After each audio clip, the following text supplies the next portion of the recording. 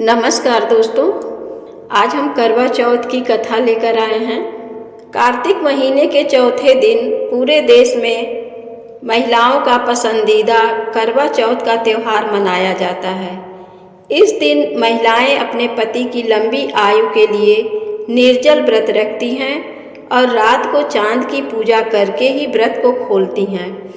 माना जाता है कि इस दिन महिलाओं के करवा चौथ व्रत कथा को पढ़ने या सिर्फ सुनने से ही उन्हें अखंड सुहाग की प्राप्ति हो जाती है। करवा चौथ व्रत कथा इस प्रकार है। बहुत समय पहले एक गांव में वीरवती नाम की एक राजकुमारी अपने 7 भाइयों और माता पिता के साथ रहती थी। उसके बड़े होने पर उसकी शादी एक राजा के साथ हो गई। शादी के कुछ समय बाद वीरवती अपने मायके आती है और करवा चौथ का व्रत रखती है। वीरवती स्वभाव से कोमल और शारीरिक रूप से बहुत नाजुक होने की वजह से व्रत के दौरान भूख प्यास को सहन नहीं कर पाती है और बेहोश हो जाती है। अपनी बहन की बिगड़ी तबीयत को देखकर सारे भाई मिलकर उसके व्रत को तुड़वाने के लिए एक योजना बनाते हैं। इस योजना के मुताबिक भाई अपनी बहन के होश में आने पर उसे चांद निकलने की खबर देते हैं और व्रत खोलने को कहते हैं, जिसे वीरवती मान लेती है। जब वीरवती चांद की पूजा करने के लिए जाती है तो 2 भाई दूर पहाड़ी पर एक आग के गोले को चांद की तरह दिखाते हैं, जिससे उनकी बहन चांद की पूजा कर सके। वीरवती उस नकली चांद की पूजा करके अपना व्रत खोल लेती है। तभी उसे अपने पति की मृत्यु की खबर मिलती है और वो अपने ससुराल के लिए रवाना हो जाती है। रास्ते में वीरवती को माँ पार्वती और शिव जी मिलते हैं।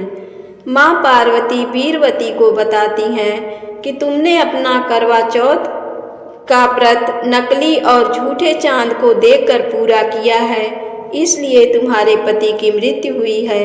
ये सच्चाई जानने के बाद वीरवती माँ पार्वती जी से माफ़ी मांगती हैं, जिससे खुश होकर माँ पार्वती वीरवती के पति को एक गंभीर बीमारी के साथ फिर से जीवित होने का वरदान देती हैं। इसके बाद जब वीरवती अपने महल पहुँचती हैं तो अपने पति को बेहोशी की हालत में शरीर में कई सारी सुइयों के साथ देखती हैं, जिसके बाद वो राजा की सेवा में लग जाती हैं और रोज कुछ सुइयां शरीर से निकालती हैं।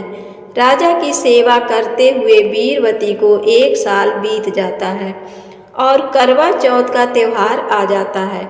वीरवती करवा चौथ व्रत रखने के लिए जरूरी सामान लेने बाजार जाती हैं।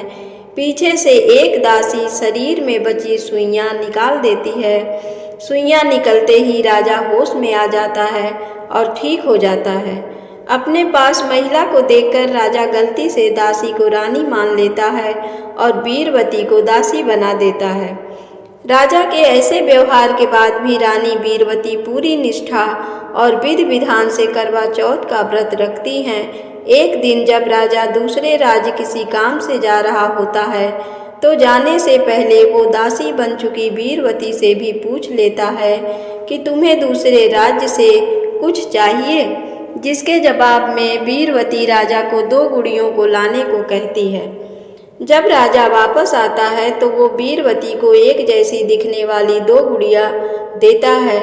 इसके बाद वीरवती अक्सर हमेशा एक गीत गुनगुनाने लगती है, रोली की गोली हो गई, गोली की रोली हो गई, रानी दासी बन गई, दासी रानी बन गई। एक दिन राजा वीरवती का ये गीत सुनकर इसका अर्थ पूछता है, जिसके बाद वीरवती पूरी कहानी सुनाती है।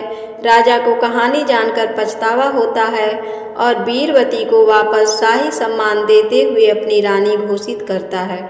जिस तरह माँ पार्वती के आशीर्वाद और रानी के भक्ति और विश्वास से उसे अपना पति और सम्मान वापस मिला, उसी तरह हर महिला को भी अखंड सौभाग्य और सम्मान मिले। धन्यवाद।